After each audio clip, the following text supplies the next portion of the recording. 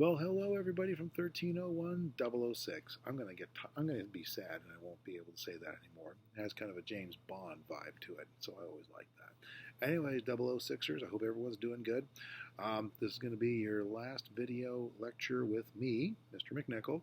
So I'm going to try and make it as informational and as I can. I've had a busy day. Oh my gosh, got my coffee, but still. Okay, yeah, I got my water too. So, coffee and water chaser. Boy, that stuff can be good. All right, so in any case, what are we going to be talking about? Well, we're doing the last little unit on satire. Remember, your story that you were supposed to send to me, I'm recording this on Thursday, the story you were supposed to send to me last night, Wednesday, that's going to be counted as your final exam.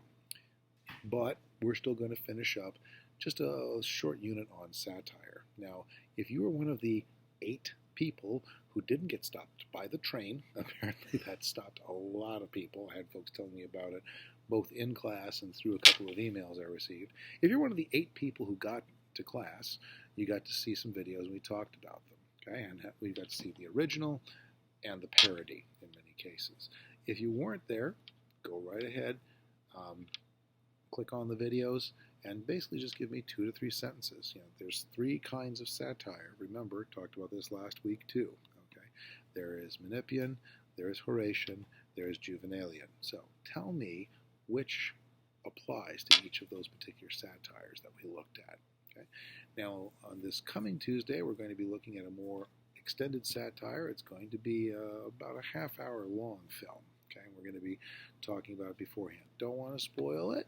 I mean, if you really want to look ahead of time, I think the link is still good there, but we'll find out. Okay? Now, once again, just to get those 3 styles down and to go over how things are going to be going by the end of the year. The 3 styles of satire are Horatian, number 1. Horatian just seeks to make fun of things, to crack jokes about it. So the airplane movies make fun of airplane disaster movies. There are like 15 of them back in the 70s and the 80s. Okay, so there's that going on. So Horatian doesn't really want to do much other than make you laugh. Okay, makes sense? So the first set of videos that takes a look at the athlete, Jenner, and versus John Belushi with his little chocolate donuts. That is Horatian. Okay, that is one that just seeks to have fun. Juvenalian does not use humor. Juvenalian satire looks specifically with oftentimes a lot of sarcasm, a lot of irony, and basically says, here is something bad. Okay? We don't want this. This is how bad things could get. So when we read 1984, okay, where Winston Smith notes that in his city, his future London city, remember he wrote 1984 in 1948, okay, an inversion. And in 1948, well, 1984 was the far future.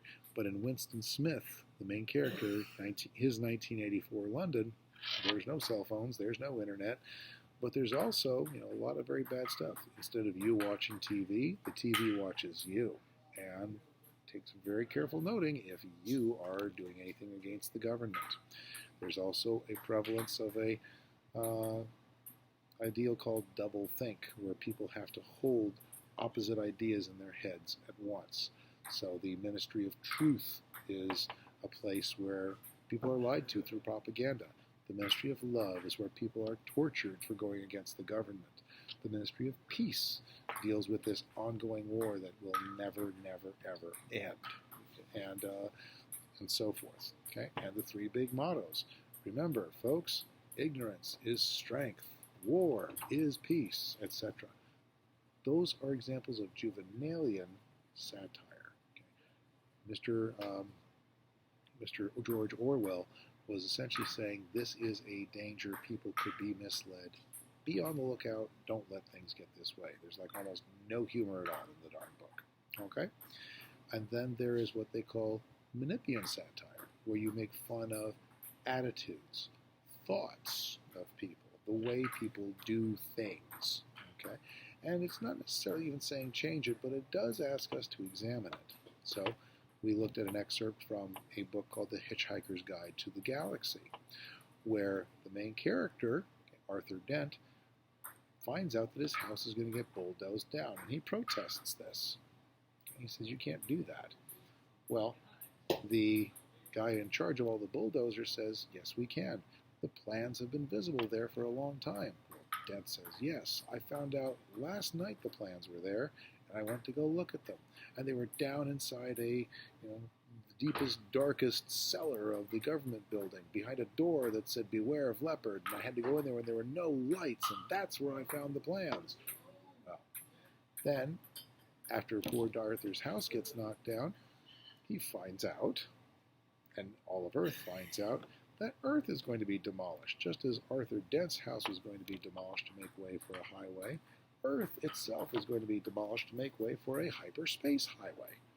And the aliens were going to demolish the Earth, say, well, those plans have been visible in Alpha Centauri for 50 years.